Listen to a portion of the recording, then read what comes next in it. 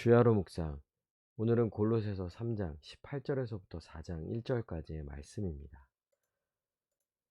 우리는 어제까지 해서 이 교회 안에서 교회 이 한몸된 지체들은 서로를 어떻게 대해야 되는지를 우리가 함께 나누었죠. 그러니까 우리가 예수님께 받은 그 사랑으로 교회 지체들을 대해야 하는 거예요. 우리가 받은 긍휼, 자비, 겸손, 또 온유와 오래 참음, 이 모든 것들은 다 예수님의 인격이고 그분이 우리에게 베풀어 주신 것이죠. 그러니 어떻게 합니까? 우린 이미 받은 자로서 이것들을 가지고 교회는 이 지체들을 대해줘야 하는 거예요. 그들에게 사랑을, 또 긍휼한 마음을, 자비를 또 용서하고 사랑으로서 서로를 대해주며 교회로서 한 몸 되어 살아가는 것이죠. 그래서 평강을 누리는 한 몸, 그리고 예수 그리스도의 말씀을 나누며 그 말씀으로 인하여 하나님을 찬양하고 또 피차 가르치며 권면하고 노래하며 하는 이 교회에서의 한 몸 된 모습, 그리고 모든 일에 감사하는 마음을 가지고 살아가는 이 교회의 모습, 이런 거가 사실은 이 골로새서에서 말하는 새로운 시대가 이 땅 가운데 시작되었음을 보여주는 가장 분명한 증거가 되는 거죠. 그런데 이런 모습이 교회뿐만 아니라 이제 오늘 골로새서 3장 18절부터는 이제 가정을 다루고요. 또 주인과 이 종의 관계를 통하여서 이 새로운 시대가 도래했음을, 이 새로운 질서가 새롭게 시작되었음을 잘 보여주고 있다고 이제 말해주는 거예요. 특별히 이제 가정이죠, 가정. 보통 당시의 가정은 대단히 남성 우월주의적인 그런 가장의 모습이었죠. 권위적이고요. 예, 가족들을 지배하고 그 가족들은 그 아빠와 남편에게 꼼짝하지 못하고 그 말에 절대적으로 따라야 하는 이제 그런 분위기 속에 있었던 거예요. 근데 18절부터 이렇게 내용들을 잘 살펴보면 그런 배경 속에 서 있는 가정들인데, 근데 이 가정 안에 새로운 질서가 시작되는 거죠. 아내들아 남편에게 복종하라. 여기서 말하는 이 복종은 남편의 강압에 의하여서 또 두려움으로 인하여서 하는 그런 억지스러운 복종을 말하는 것이 아니라 주님께 하는 복종인 거죠. 자발적 순종이라고도 할 수 있겠죠. 주께 하듯 마땅히 주님이게 우리는 그분의 말씀에 복종해야 하는 것이죠. 근데 이것을 남편에게 하는 거야. 왜냐하면 남편은 그 가정의 머리가 되거든요. 원래 가정의 머리는 예수 그리스도죠. 교회의 머리인 것처럼 또한 가정의 또 머리는 오직 예수 그리스도입니다. 그러나 분명한 것은 그 모든 것을 그 예수 그리스도의 그 머리됨을 또 구체적으로 이루는 게 바로 남편의 역할이죠. 남편의 머리됨. 그러니까 아내들은 남편을 죽게 하듯 하며 그 남편의 말에 복종하고 따르는 거예요. 그럼 남편들은 아내를 어떻게 대해줍니까? 사랑하는 거죠.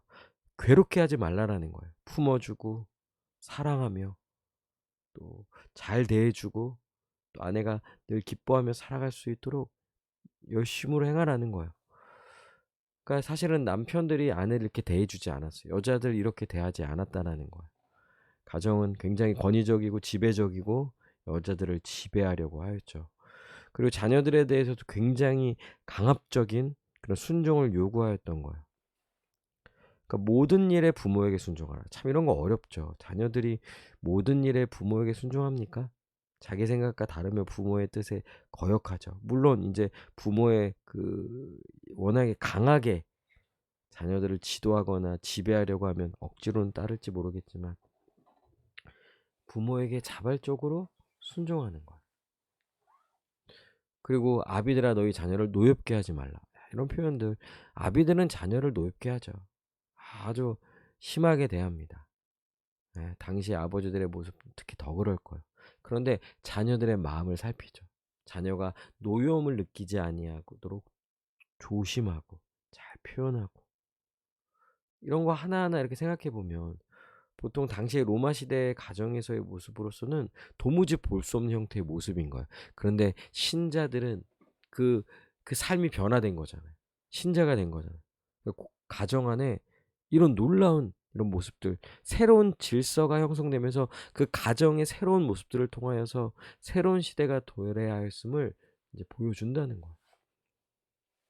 또 종들과 육신의 상전들, 이런 관계 속에서도 이 모습이 잘 드러납니다. 22절에 종들아 모든 일에 육신의 상전들에게 순종하되 사람을 기쁘게 하는 자와 같이 눈가림만 하지 말고 오직 주를 두려워하여 성실한 마음으로 하라. 이런 표현들 보세요. 그러니까 어쨌든 주인이 두렵죠. 상전들이 무섭죠.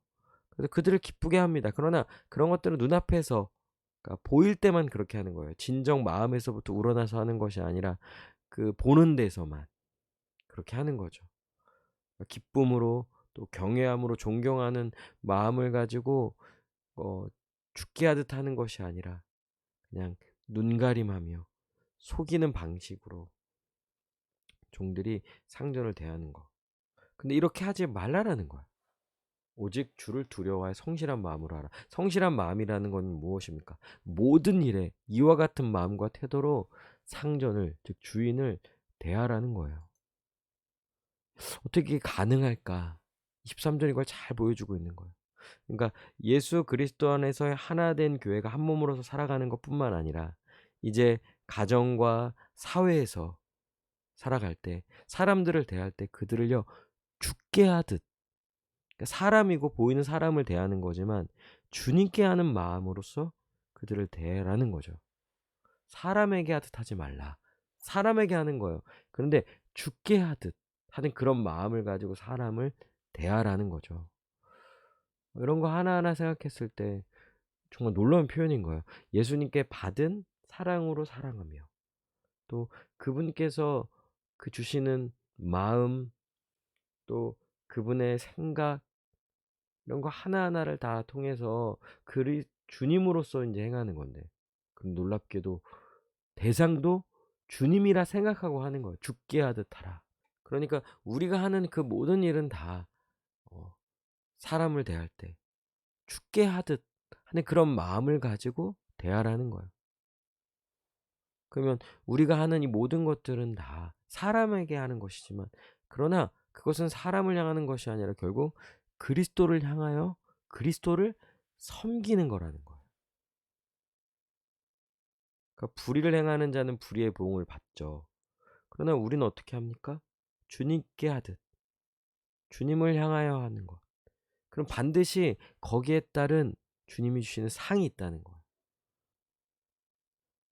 상전들아 의와 공평을 종들에게 베풀지니 너희에게도 하늘의 상전이 계심을 알지어다. 주인이 종들을 대할 때 함부로 대할 수 있을 거예요. 그러나 주인들도 결국은 상전이 있는 거예요.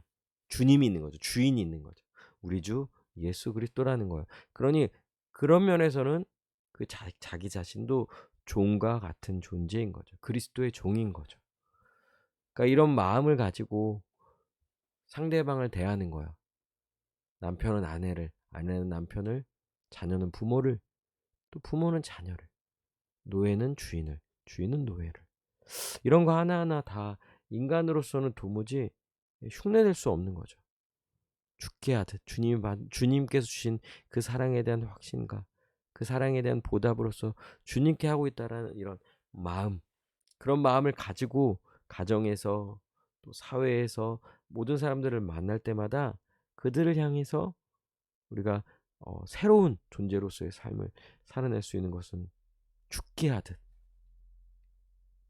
그와 같은 모습도 있기 때문에 가능한 거죠. 그러니 우리는 이 말씀을 적용해 보면 주님께 하는 마음으로 하면 사람에게 하는 것이 아니라 주님께 하는 것이라는 거예요.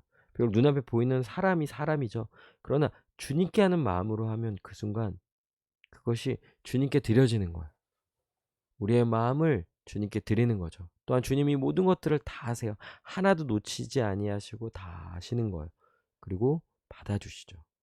때론 그것이 겉으로 드러나지 않는 것이라 할지라도 우리는 이것들에 대해서 분명히 믿을 수 있는 거예요. 주님 그것들을 다 보고 계시고 또 우리의 마음을 받아주십니다.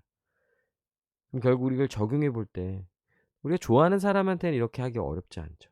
그러나 가정 어려운 대상, 이게 아까 잘 보여주는 거예요. 남편이 어려운 대상, 또 자녀가 어려운 대상, 부모가 어려운 대상, 또 주인과 종의 이 관계는 가장 어려운 대상이 될 수 있는 거죠.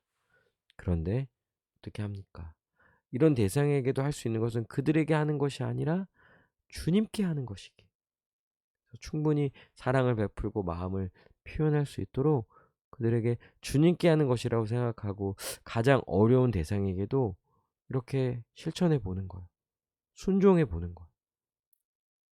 이것이 정말 신자로서만이 할 수 있는 일이고요. 또 그럴 때 그 가정이 달라지고 또 지금 오늘날로 말하면 직장이 달라지고 삶이 변화되고 하는 이런 놀라운 일들이 이제 일어나게 되는 것이죠. 우리 함께 기도합시다. 죽게 하는 마음으로 다른 사람을 섬기게 해달라고 또한 나를 힘들게 하는 사람에게도 죽게 이미 받은 사랑에 감사하는 마음으로 죽게 하듯 해달라고 시간 함께 기도하시겠습니다.